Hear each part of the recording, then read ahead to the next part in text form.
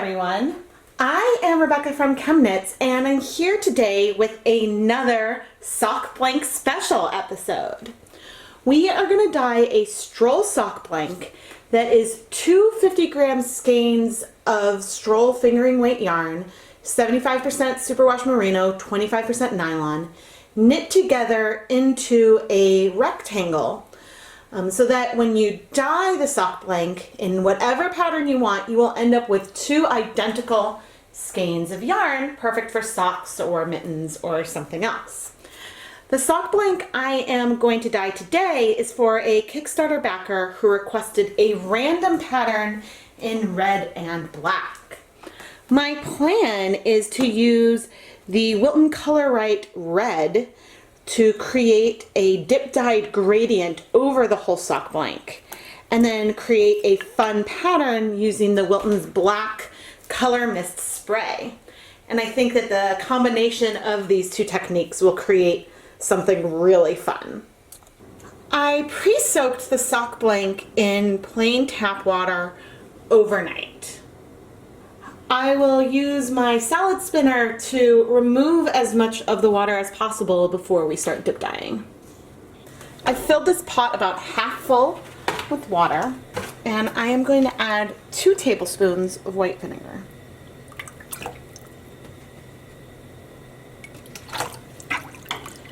And stir up the pot and bring this to a boil.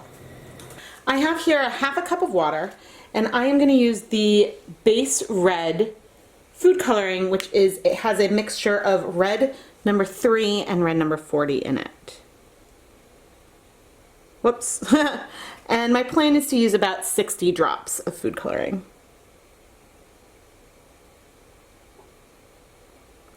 Yeah, this red is really viscous.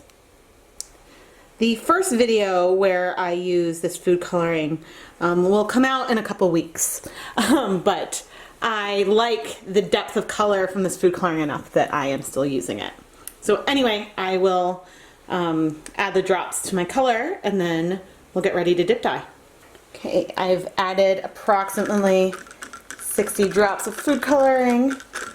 Now I want to stir it up nice and well, and oh, that's red. That's red, all right. Whoo! I think this is a great color. We are at a rolling boil, so I am going to reduce the heat until we get down to just at a low simmer. And now we're going to add the dye and immediately start dip dyeing our sock blank. Our damp sock blank. So,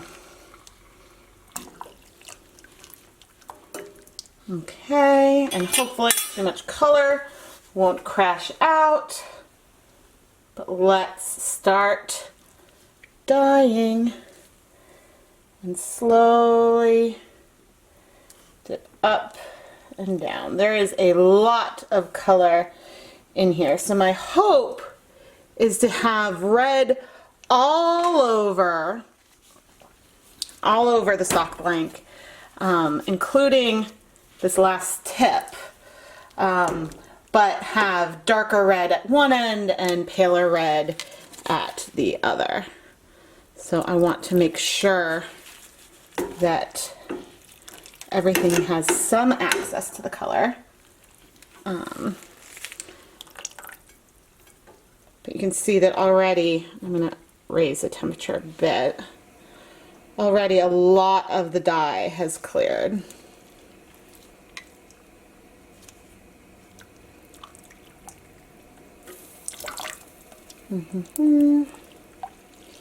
So this is going to be a nice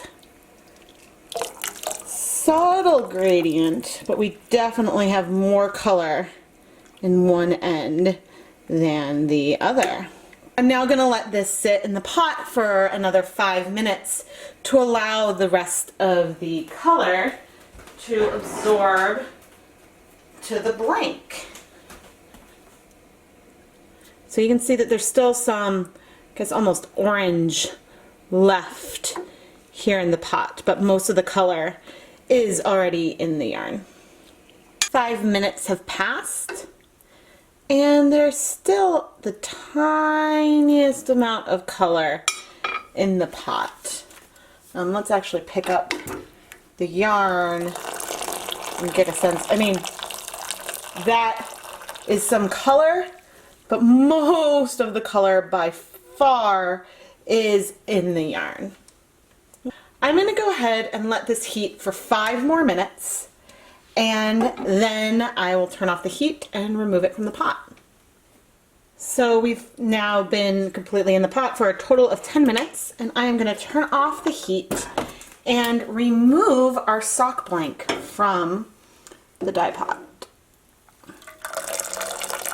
You can see that we still have some pink in the pot, but that is completely okay with me. I've added our blank to the bowl, to a bowl, and you can't really see the darkest, there we go, and lightest portions very well on camera, but we do have a very subtle gradient of tone. If I wanted to let it go more pink, then I think that I could have pushed this even further.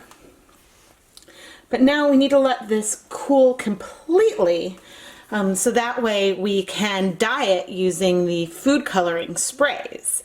And since this already has vinegar on it, because of the dip dyeing, we don't need to pre-soak this again or anything else. We just need to let it cool, so that way I can handle it comfortably. I'm finding it pretty hard to get the camera to really show up the depth and color change. But right here you can kind of see that this one looks, at least on camera, more red, and this one looks more orange. To me, this is still reading very red, but because we know that red number 3 binds faster, that is something that would also account for a bit of the tone shift. I am very excited with these colors, and even if the gradient is pretty subtle, I didn't really want to get a pink. So anyway, cool off yarn, yay! Here is our red blank, and it's still really hard to see the gradient here. It is very, very subtle. But now I am going to sort of block this blank. Anyway, I'm blocking this out to give us access to as many of stitches as possible. And now that we're spread out, you actually can kind of tell that the color is more saturated down here than it is at this other end. And now we're almost ready to start spraying. I haven't entirely decided what I want to spray on here, but since this is the sock blank special, maybe I will start with an S.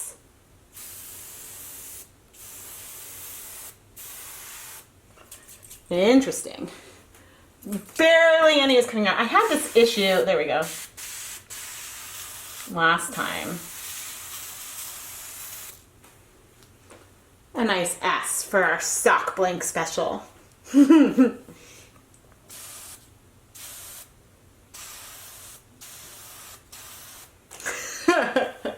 little bit of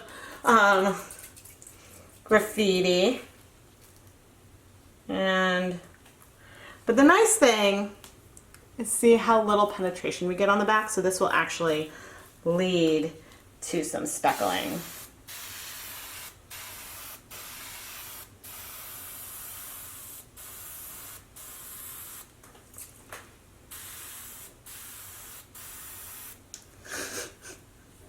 We're really, I mean, you can hear there's plenty of liquid. Maybe we're just out of the, whenever we need to spray it. There we go. Or, oh, maybe I just need to tip it more. Interesting. There we go.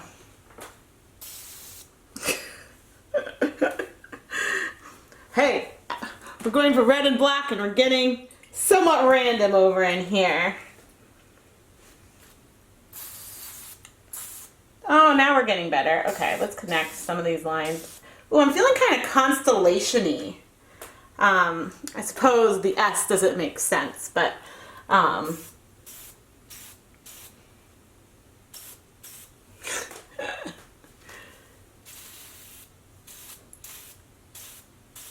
kind of like a dipper up in there. Oh gosh. Oh. But what's fun is that in some places we've got some lighter covered and some darker. And what this is going to do is, I believe when unraveled, the black will kind of just be specked through this blank. And it'll be mostly red, which I think is going to be really nice. Yeah, because even in the darker section, we don't really see a lot of penetration of this black. Oh, come on. All right, okay, so I'm discovering that we're gonna do some polka dots. But if I hold it upside down,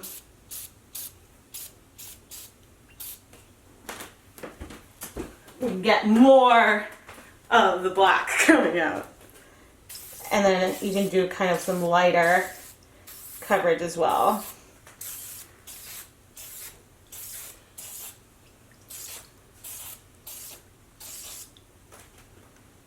Interesting. So I know that you might be looking at this and being like, what is going on here? But look at the other side. I could cover this completely and we'd still have a lot of black and red showing through.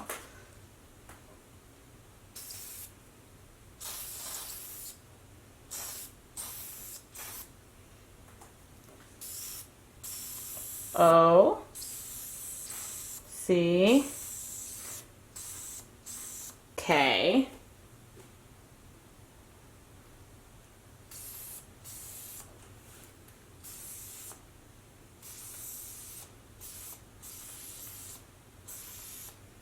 so I do technically have socks special written on here, and we might be just about done. I'm getting some cool splatters now, but yeah, this is the third time? Yes, the third time I have used this spray. So we are able to get some fingerprints, a lot out of here. I'm a little curious if this red spray, and no, that doesn't really show up like much of anything. The color is pretty saturated in here already. I was curious if I could do like a B or something, but you can't really see anything. I have one more container of our black spray, so now I can have sock, and then I can write out special going this way. Whoa!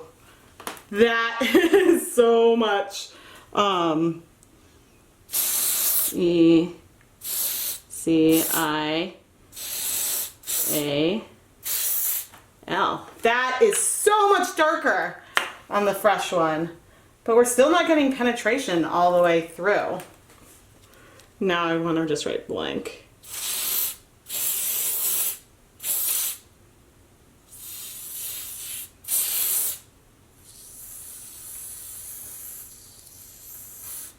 Yeah, a graffiti artist I am not.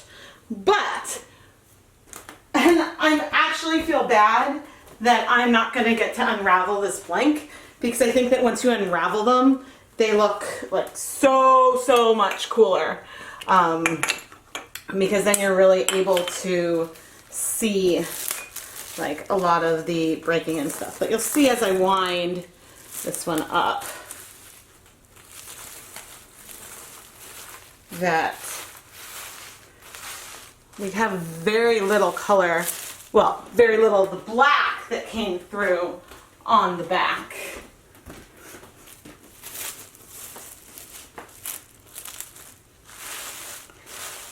So given what happened in terms of colors with our rainbow one, I'm expecting that when this is unraveled that we'll see red with black specks all through it. And so it just happens that, you know, when drawn on, we had this random graffiti mess.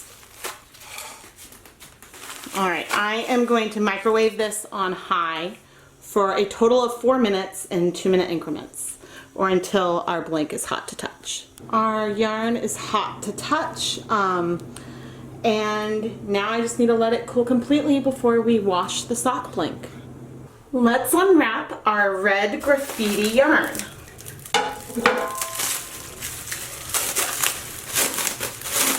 Okay, there we go. Let's unravel, but again, on the wrong side, I see very little black.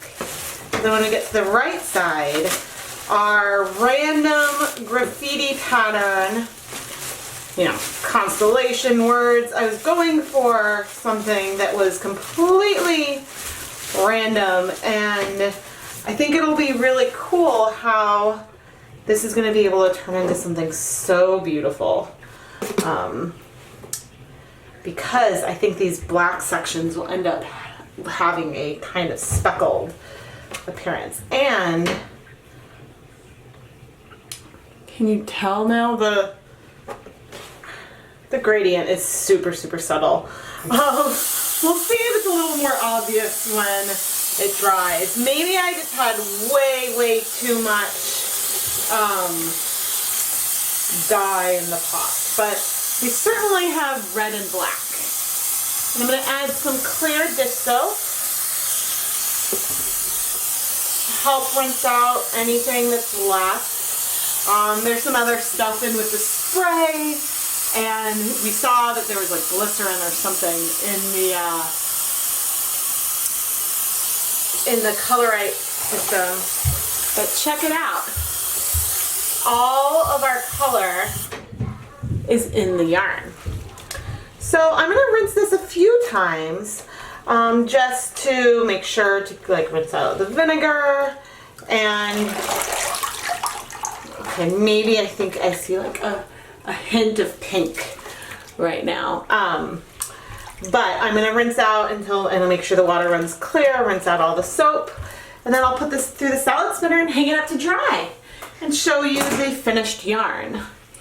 I really wish that I could unravel this one so that way I could show you the way that these blacks will speck through the yarn, because I think that unraveled the yarn is like 10 times more gorgeous than the random pattern, and then it'll create a really cool effect when knit up into socks. But okay, now you can see that we have a little bit of color bleeding out, but even this much color is way less than 1 drop of red food coloring if I was going to add it to the dye bath. So I'm optimistic that it won't take very long to make the dye bath clear out, and I'll see you soon with the conclusions. Here is our finished dry sock blank, and the color on the right is just a hair darker than the color on the left. I think that 60 drops of the Color Performance System food coloring was just so much that the first end of the blank that went into the dye pot absorbed as much food coloring as it possibly could, and then could not absorb any more. So we weren't able to make this go into, say, even a deeper burgundy. Just, you know, the color just bound fast and bound way more even than I expected. So here is the top of the sock blank, and on the darker side, and this is somewhat unintentional, where I've written blank and then sock and then special, you know, the black almost seems to decrease as we go towards the left and lighter portion of the blank. Look at how much less color there is on the wrong side of the blank. This is one of the best things about using the Wilton Color Mist Sprays. We are able to get a really, really light penetration of color. And as we saw in Die Pot Weekly number 14, this gives us these amazing specks when we unravel the yarn, because within a stitch you have black on one side of the stitch and not the other. And so then when it's knit up at a different gauge, these specks will translate into a really, really cool yarn. I really hope that the Kickstarter backer enjoys their black and red sock blank. This is truly a random pattern, and I think that it'll be really fun to unravel this and then knit 2 socks at a time or 2 mittens at a time, or whatever is desired. I am Rebecca from ChemKnits, and stay tuned for more awesome sock blank dyeing videos this week as we release many episodes of this sock blank special. If you subscribe to the ChemKnits Tutorials YouTube channel, you'll always be notified when I release a new video or start a live stream. Thanks for watching!